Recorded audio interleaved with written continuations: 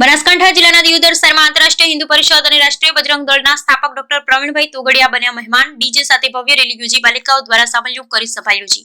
દેશમાં 1 લાખથી વધુ હનુમાન ચાલીસા કેન્દ્ર થકી જનજાગૃતિ અભિયાન હાથ ધર્યું। બનાસકાંઠા જિલ્લાના દિયોદર શહેરમાં આંતરરાષ્ટ્રીય હિન્દુ પરિષદ અને રાષ્ટ્રીય બજરંગ દળના અધ્યક્ષ ડોક્ટર પ્રવીણભાઈ તોગડિયા દિયોદરના મહેમાન બન્યા હતા, જેમાં હિન્દુ સનાતન ધર્મના લોકો દ્વારા નવીન માર્કેટ યાર્ડથી નીલકંઠ મહાદેવ મંદિર સુધી ભવ્ય બાઇક રેલી નીકળી, જેમાં બાલિકાઓ દ્વારા ડોક્ટર પ્રવીણભાઈ તોગડિયાનું સામૈયું કર્યું। ત્યારબાદ નીલકંઠ મહાદેવ મંદિર ખાતે સભા યોજાઈ હતી, જેમાં હિન્દુ કાર્યકર્તાઓ દ્વારા પાઘડી પહેરાવી તલવાર આપી સન્માન કર્યું। આ પ્રસંગે દીપ પ્રાગટ્ય કરી કાર્યક્રમને ખુલ્લો મૂક્યો, જેમાં દેશમાં હનુમાન ચાલીસા કેન્દ્ર થકી હિન્દુ જનજાગૃતિ સાથે હિન્દુ સેવાનું અભિયાનને લઈને નીકળેલા આંતરરાષ્ટ્રીય હિન્દુ પરિષદ અને રાષ્ટ્રીય બજરંગ દળના અધ્યક્ષ ડોક્ટર પ્રવીણ તોગડિયા સભા સંબોધતા જણાવ્યું હતું કે દર શનિવારે હનુમાન ચાલીસા માટે કેન્દ્ર શરૂ કરવા અભિયાન હાથ ધરવામાં આવ્યું છે, જેમાં તેઓ દેશભરમાં 1 લાખ હનુમાન ચાલીસા કેન્દ્ર શરૂ કરી તેના થકી હિન્દુ જનજાગૃતિ સાથે હિન્દુ અને રોજગાર સહિતની માહિતી સેવાઓ મળી રહે એ માટે છેડ્યું હોવાનું જણાવ્યું હતું, જેમાં મોટી સંખ્યામાં લોકો ઉપસ્થિત રહ્યા હતા। Bureau report Ramjibhai Raykor, crime patrolling news bureau chief, Banaskantha.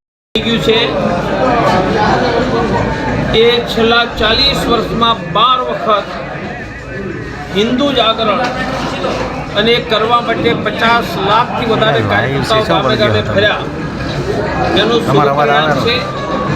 હવે આંતરરાષ્ટ્રીય हिंदू परिषद राष्ट्रीय बजरंग दल लक्ष्य है अब तो हिंदू ही आगे, समृद्ध हिंदू, सुरक्षित हिंदू, सम्मान युक्त हिंदू અને हिंदू ही आगे लक्ष्य अंतर्गत गरीबों ने मफत में दर महीने अनाज, गरीबों ने मफत में प्राइवेट डॉक्टर, एडवोकेट की व्यवस्था, 24 कलाक की मददनी हिंदू हेल्पलाइन, बाळकोनी टेलेंट वधारवी, महिला सुरक्षा की ट्रेनिंग अने रोजगार में मदद अने आ बधा करवानुं काम करशे। एक केंद्र नाम हनुमान चालीसा केंद्र अने ए माटे हिंदुस्तान में शनिवारे 1 लाख जग्याए हनुमान चालीसा शुरू करवानुं अभियान शुरू थयुं छे।